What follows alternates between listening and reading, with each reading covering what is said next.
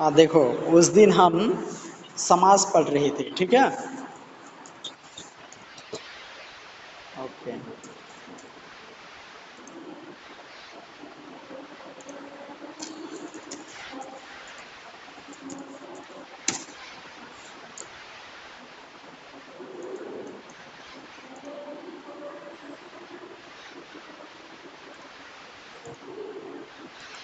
तो समास का अर्थ क्या है जानते हो?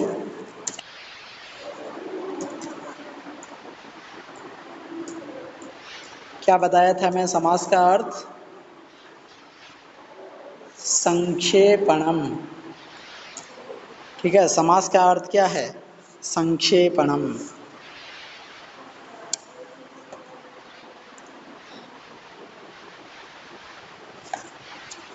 तो समास का शाब्दिक अर्थ होता है संक्षेप।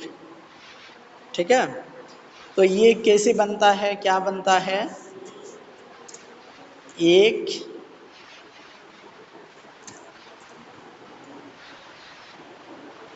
तो नहीं, दो होता है, ठीक है। दो या दो से अधिक शब्दों के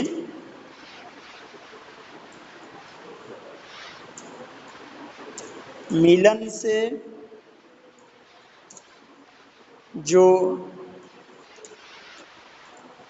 नया और संक्षिप्त रूप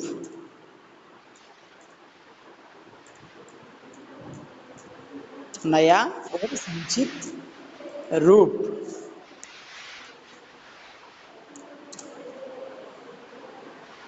बनता है,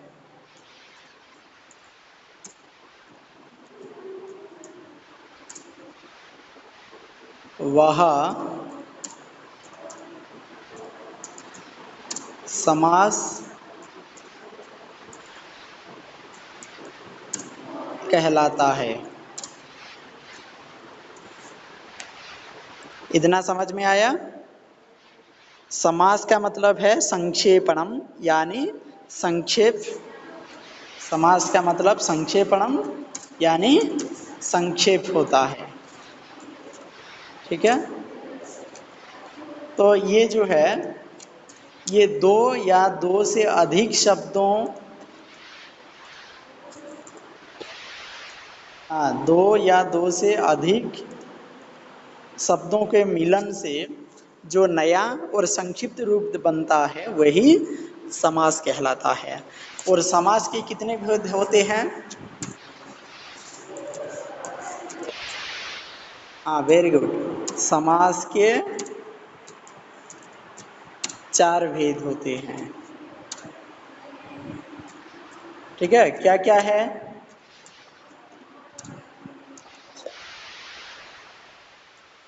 हाँ, समास के 4 भेद होते हैं। 4 भेद क्या क्या हैं?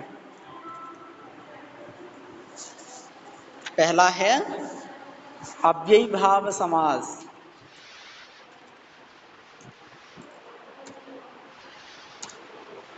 दूसरा क्या है? दूसरा क्या है बताओ?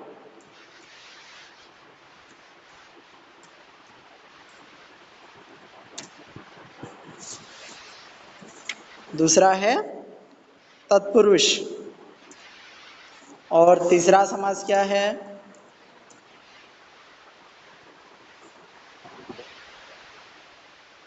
द्वंद्व समास। Very good.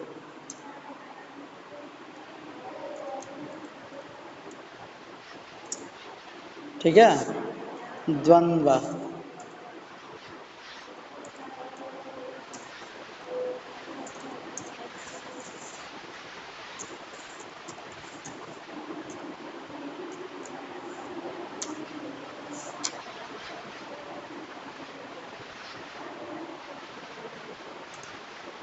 द्वंद्व समास है।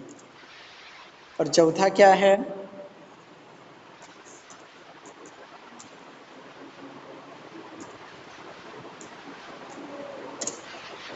बहुब्रीहि समास है। ठीक है, चौथा है बहुव्रीहि समास। तो अव्ययीभाव समास किसे कहते हैं?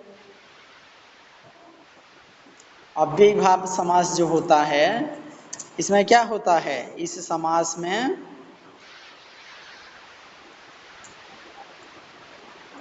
क्या होता है?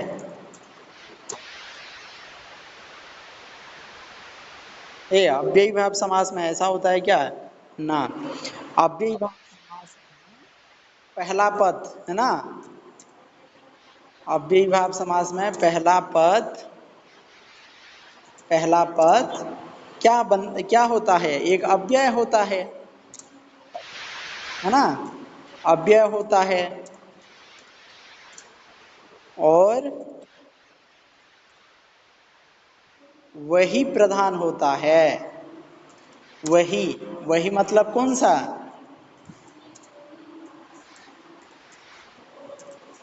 पहला पद। ठीक है, वही मतलब पहला पद प्रधान होता है। प्रधान का मतलब क्या है? मेन, है ना, प्रधान का मतलब मेन। तो यहाँ वही प्रधान होता है, मेन होता है। और समस्त पद क्या बन जाता है? और समस्त पद, समस्त पद जो है यह अव्यय बन जाता है।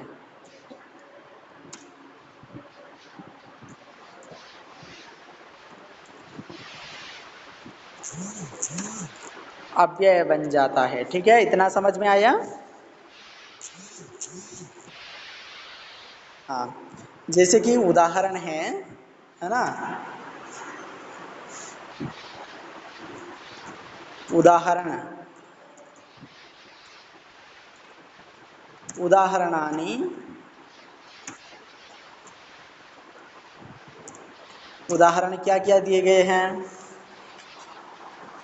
ग्रामस्य समीपम, जैसे कि उपग्रामम। ठीक है,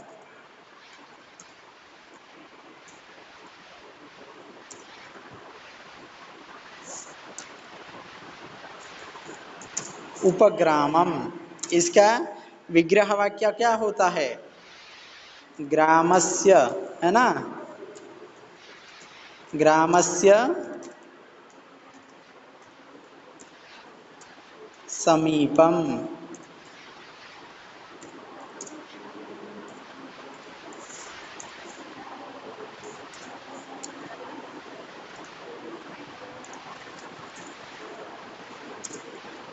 ग्रामस्य समीपम उपग्रामम होता है ना। निर्जनम एक शब्द होता है, निर्जनम, उसमें जनानाम अभावः,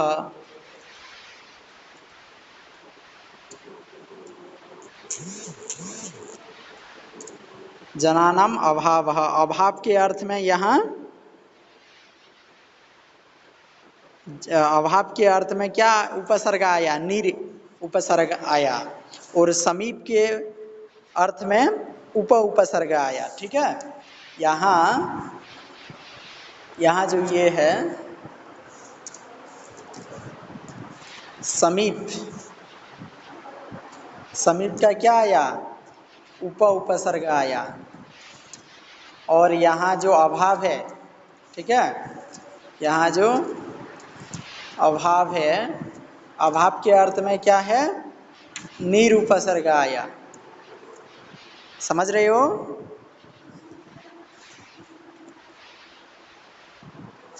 और एक उदाहरण है अनुरथम।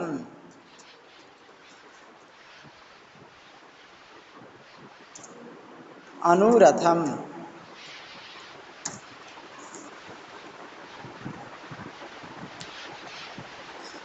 यहाँ जो अनुरथम है, रथस्य पश्चात, आवाज नहीं जा रहा है? हाँ निखिल, आप सुनाई दिया?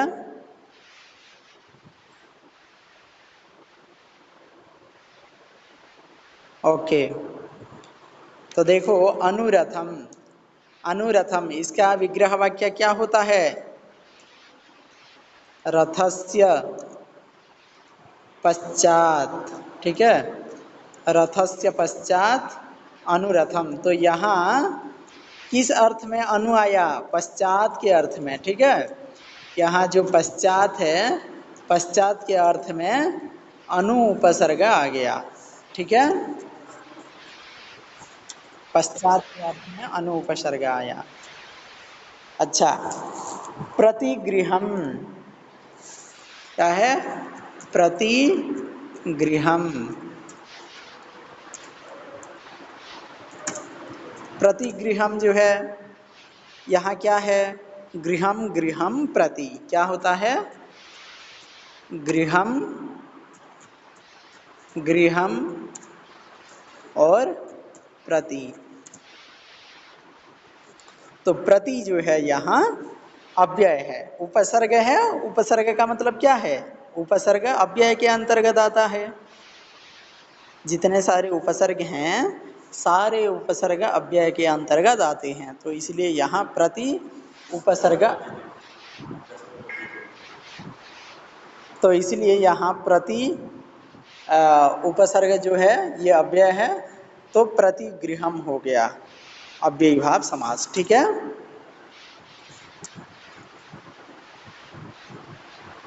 अच्छा, उसके बाद यथाशक्तिम, यथाशक्तिम, यथा शक्तिम।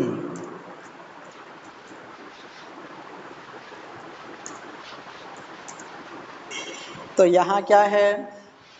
यथाशक्तिम, शक्तिम अनतिक्रम्य, क्या है? शक्तिम अनति, हाँ हेलो,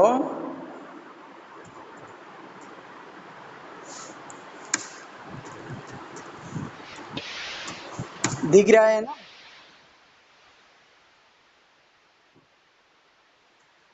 शक्ति, हाँ, शक्ति अनतिक्रम्य यथाशक्तिम।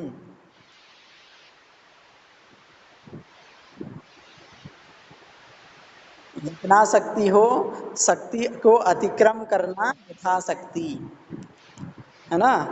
जितना हो उतना, तो यथाशक्ति। अच्छा, नेट का प्रॉब्लम हुआ, लैपटॉप मेरा कट हो गया। अच्छा, ठीक है, मैं बोल रहा हूँ, तुम लोग फिर सुनो उसको, ठीक है।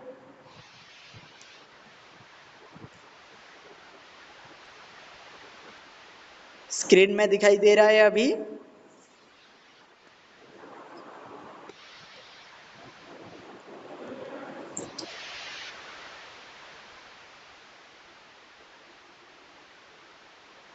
देखो, तत्पुरुष,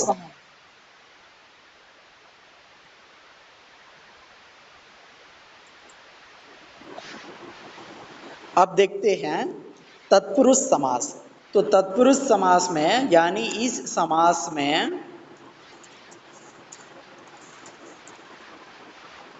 तत्पुरुष समास में क्या होता है देखते हैं। इस समास में उत्तर पद, उत्तर पद प्रधान होता है। उत्तर पद प्रधान होता है, यानी उत्तर पद को और क्या नाम कहते हैं? परपद भी कहते हैं।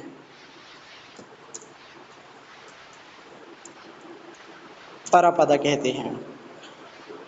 और उत्तर पद प्रधान, एक मिनट,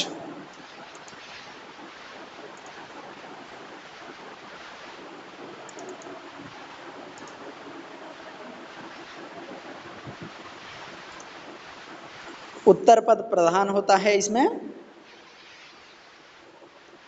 और पूर्व पद उत्तर पद के विशेषण का कार्य करता है।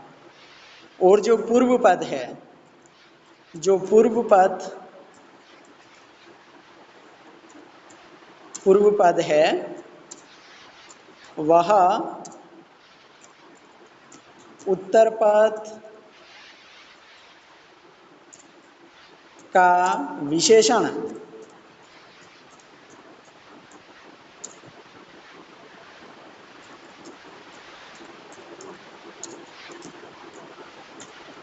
बनता है।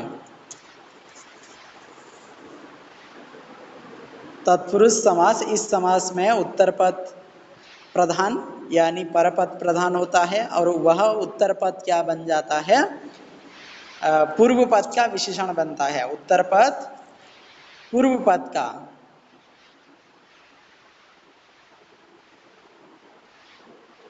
विशेषण बन जाता है और समस्त पद में पूर्व पद की विभक्ति का लोप हो जाता है। क्या है, समस्त पद में, समस्त पद में उत्तर पद, समस्त पद में उत्तर पद की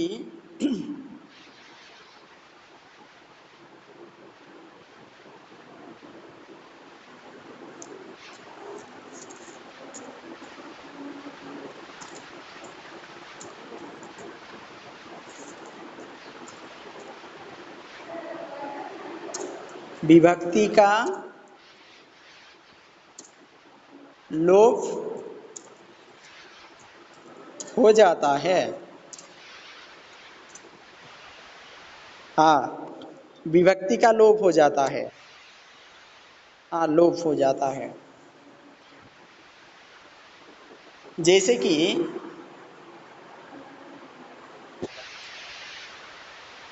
राजा का पुरुषः, जैसे कि क्या है, एक उदाहरण है। उदाहरण है यहाँ देखो, उदाहरण में देता है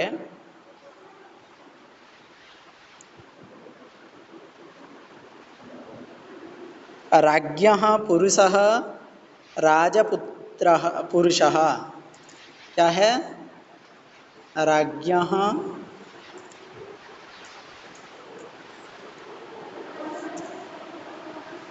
अच्छा,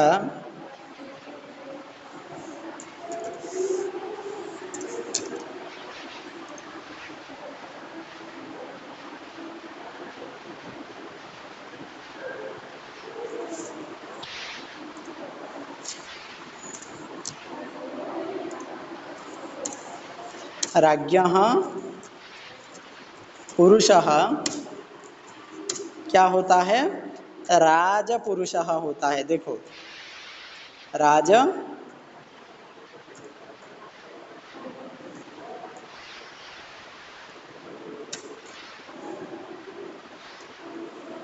पुरुषः।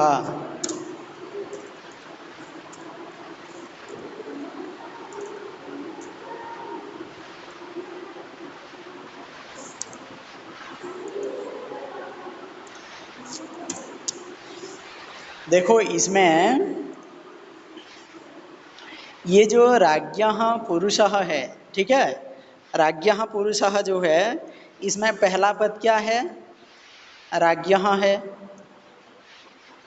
तो इसमें बताया है कि समस्त पद में उत्तर पद की विभक्ति का, अरे उत्तर पद की कैसे, पूर्व पद की होगा ना, यहाँ उत्तर पद की नहीं, यहाँ पूर्व पद की है।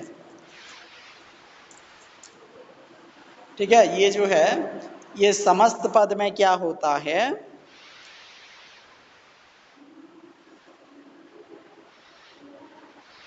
दिखाई दे रहा है, अब दिखाई दिया।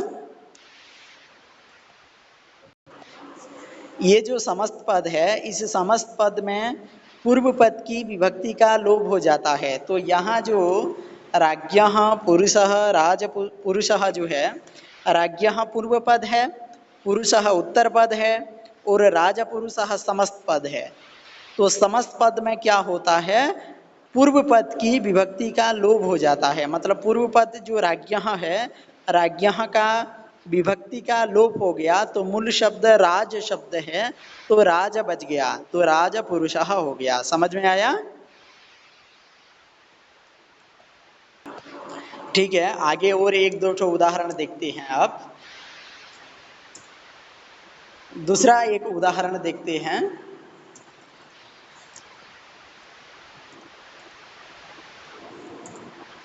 एक दूसरा उदाहरण है, ग्रामम गतः। ठीक है, क्या है? ग्रामम और गतः। तो इसका क्या हो जाएगा? विभक्ति का लोप होने से क्या बचेगा?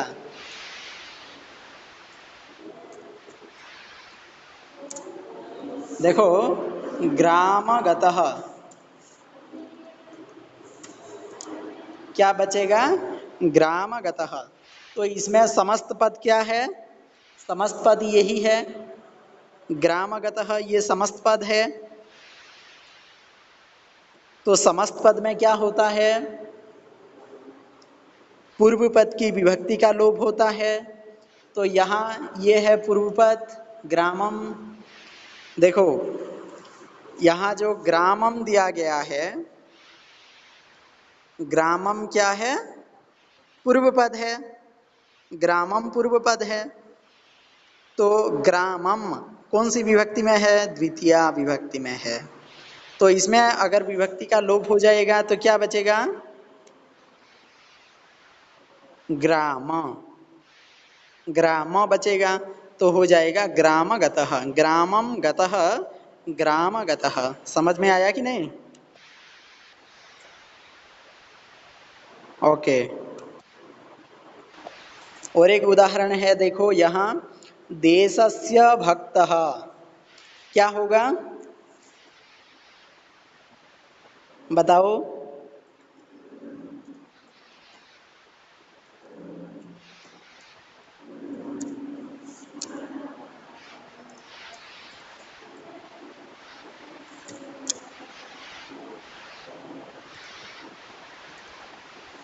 देशस्य भक्तः हो जाएगा देशभक्तः।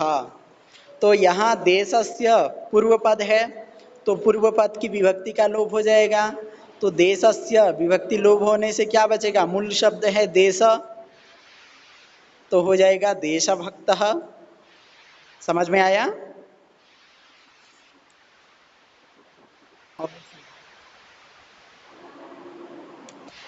है, देखो, सिंहात भीतः। क्या होगा? सिंहात भीतः,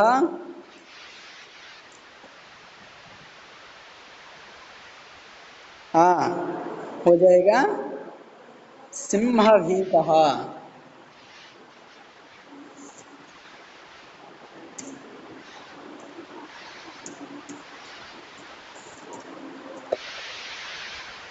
हाँ, बताओ।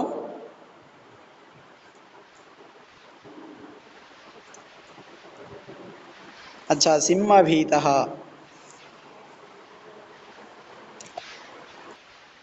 ये होता है तत्पुरुष समास। ठीक है, ये तत्पुरुष समास हो गया। उसके बाद कौन सा समास है?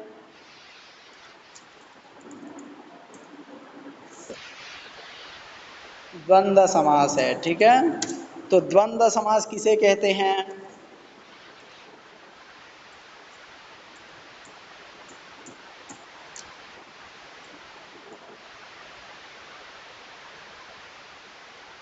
हाँ, द्वंद्व समास जो है वो किसे कहते हैं?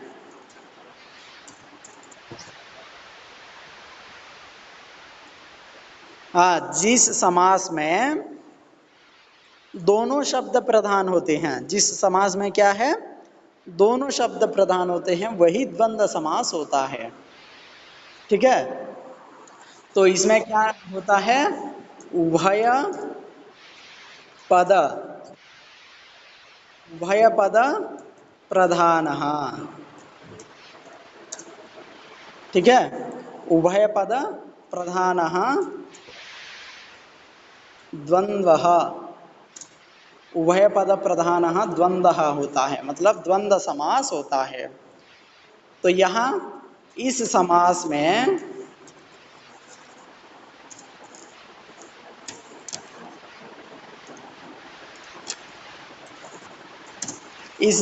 में क्या होता है, पूर्व पद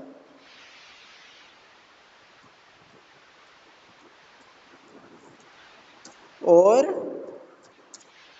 परपद, परपद यानी उसे क्या कहते हैं, उत्तर पद कहते हैं।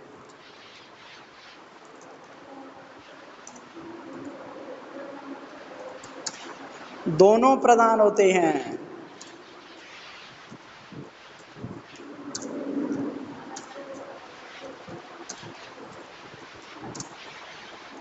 ठीक है।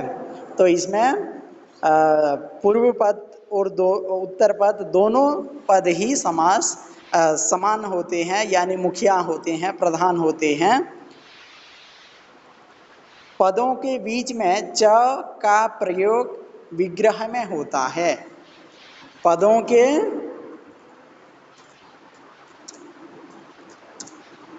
बीच में, ठीक है, पदों के बीच में क्या होता है,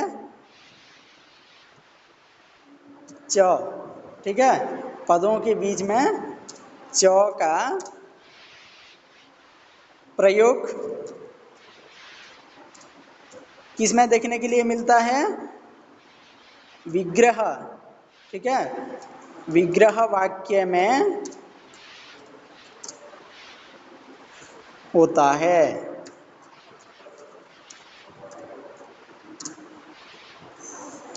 तो यहां देखो, द्वंद्व समास जो है, द्वंद्व समास उभय पद प्रधान होता है। हाँ, द्वंद्व समास जो है इसमें उभय पद प्रधान होता है, और इस समास में पूर्व पद और उत्तर पद दोनों प्रधान होते हैं। पदों के बीच में, ठीक है, पदों के बीच में च का प्रयोग विग्रह में होता है। समझ में आया इतना? विग्रह वाक्य में च आता है पदों के बीच में, जैसे कि माता च पिता च, तो च आया कि नहीं, माता पिता के बीच में च आ गया। रामः च लक्ष्मणः च सीता च, तो राम लक्ष्मण सीता जो है उसके बीच में च आ गया। रामः च लक्ष्मणः च सीता च, तो विग्रह वाक्य में च आता है, ठीक है। तो इसका कुछ उदाहरण देखते हैं हम, ठीक है, इसका उदाहरण देखते हैं। इसका उदाहरण है राम लक्ष्मणौ, क्या है, राम लक्ष्मणौ, ठीक है, राम लक्ष्मणौ। राम लक्ष्मणौ जो है इसमें, इसका विग्रह वाक्य क्या हो जाएगा, रामः च आता है बीच में विग्रह वाक्य में, रामः च और क्या है, लक्ष्मणः च, ठीक है, रामः च लक्ष्मणः च, तो राम लक्ष्मणः ये है। और एक है उदाहरण,